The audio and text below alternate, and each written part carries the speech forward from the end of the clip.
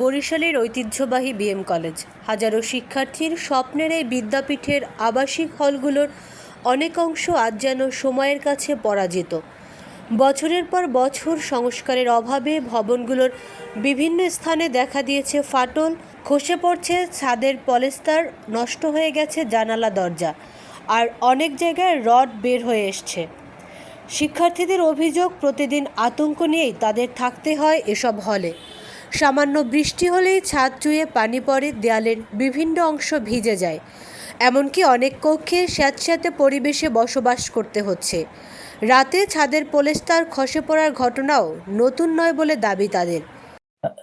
জি, আমাদের হলে অনেক সমস্যাই রয়েছে। তার মধ্যে যেমন আমরা বেশিরভাগই ফেস করি আমাদের হলের ছাদের সমস্যা।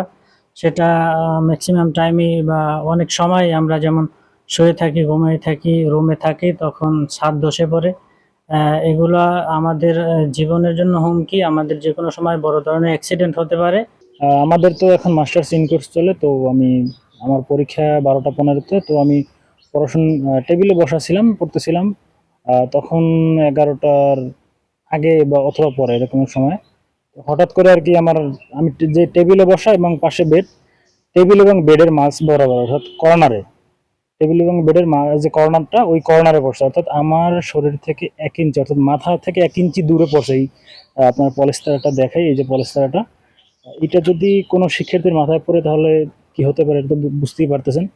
তো আল্লাহর রহমত ছিল যে আসলে আমার মাথায় পড়ে নাই অথবা শরীরে কোথাও পড়ে নাই, কিন্তু টেবিলের কর্নার এবং খাটের যে বেড, আমার বেডের কর্নারে পড়ছে, দুইটার মাঝামাঝি সময় ওইখানে। এগুলো তো নিয়মিত হচ্ছে, সচরাচর হচ্ছে আমাদের ব্লকের প্লাস এ ব্লক, বিভিন্ন ব্লকে এগুলো সচরাচর হচ্ছে। হলে এই গ্রুপে বলা হয়েছে, পাশাপাশি এটা লিখিত আকারে যখন প্রিন্সিপাল স্যারকে বলা হয়েছে যে আমরা এটা প্রজেক্ট পাস করাচ্ছি, প্ল্যান পাস করাচ্ছি, মাস্টার প্ল্যান, আমরা এগুলো দেখতে দেখতে আসতেছি, এগুলো জানানো হয়েছে, বহুত জানানো হয়েছে। তারপরে রাস্তাঘাটের বিষয় সব এগুলো বলা হয়েছে, কখনোই এগুলা এখন পর্যন্ত আসানোর কোনো মুখ দেখছি না। শুধু ভবনের জরাজীর্ণ অবস্থাই নয়, অনেক হলে পর্যাপ্ত আলো, নিরাপদ বৈদ্যুতিক সংযোগ, পরিষ্কার পরিচ্ছন্ন পরিবেশ এবং স্যানিটেশন ব্যবস্থারও ঘাটতি রয়েছে। ফলে প্রতিনিয়ত ঝুঁকির মধ্যে দিন কাটাচ্ছেন আবাসিক শিক্ষার্থীরা। শিক্ষার্থীদের দাবি, জরুরি ভিত্তিতে আবাসিক হলগুলোর প্রকৌশলগত নিরাপত্তার পরীক্ষা করা হোক। যেসব ভবন ঝুঁকিপূর্ণ সেগুলো দ্রুত সংস্কার অথবা পুনর্নির্মাণের উদ্যোগ নেওয়া হোক। একই সঙ্গে নিরাপদ ও বসবাসযোগ্য আবাসনও নিশ্চিত করা হোক, যাতে শিক্ষার্থীরা ভয় নয়, স্বস্তি নিয়ে পড়াশোনা করতে পারেন। আমাদের শিক্ষার্থীরা আসলেই নিরাপত্তার মধ্যে আছে। এখানে একটা গেট নির্মাণ খুবই জরুরি ছিল। আমি জানি না যে এত বছর পার হওয়ার পরেও এখানে এই ছাত্রাবাসের নিরাপত্তার জন্য একটা গেট কেন নির্মাণ করা হয়নি। আমি এসে এখানে প্রথমেই কিন্তু আমি 3-4 মাসের মধ্যে আমি একটা সাইনবোর্ড সর্বোচ্চ একটা গেট নির্মাণ করে দিয়েছি। এই গেটটাও কিন্তু একদম আমি এসে আমার ব্যক্তিগত উদ্যোগে আমি চেষ্টা করেছি।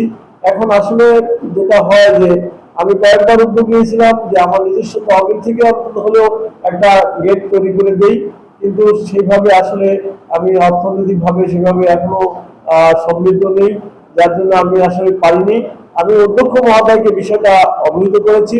স্যার সর্বশেষ আমাকে আশ্বস্ত করেছেন আগামী হয়তো কয়েকদিনের মধ্যে, মানে 3-15-এর মধ্যে স্যার কিছু যদি সম্ভব হয়। আমি বলেছি আমার শিক্ষার্থীরা নিরাপত্তাহীনতা আছে, তারা মোটরসাইকেল গুলো এসে আমাদের শিক্ষার্থীগুলো হামলা করে, এবং আমরা আসলে নিরাপত্তার জন্য ইতিমধ্যে আমরা কিন্তু সিসি ক্যামেরা, এই বছরই আমরা কিন্তু সিসি ক্যামেরা স্থাপন করেছি। কাজেই আগের থেকে আমি বলি যে এখন ইচ্ছা করলে একজন এসে সে এখানে কিছু করে পার পাবে না। আমরা সিসি ক্যামেরা আমাদের সব ধরা পড়ে, আমরা সেখান থেকে পেয়ে যাই।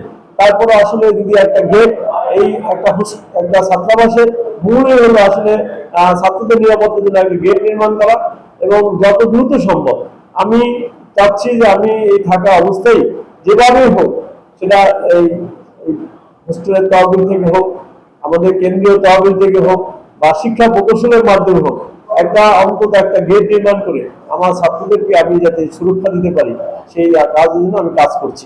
ঐতিহ্যের এই বিদ্যাপীঠের শিক্ষা যেমন গুরুত্বপূর্ণ, তেমনি গুরুত্বপূর্ণ শিক্ষার্থীদের জীবন ও নিরাপত্তা।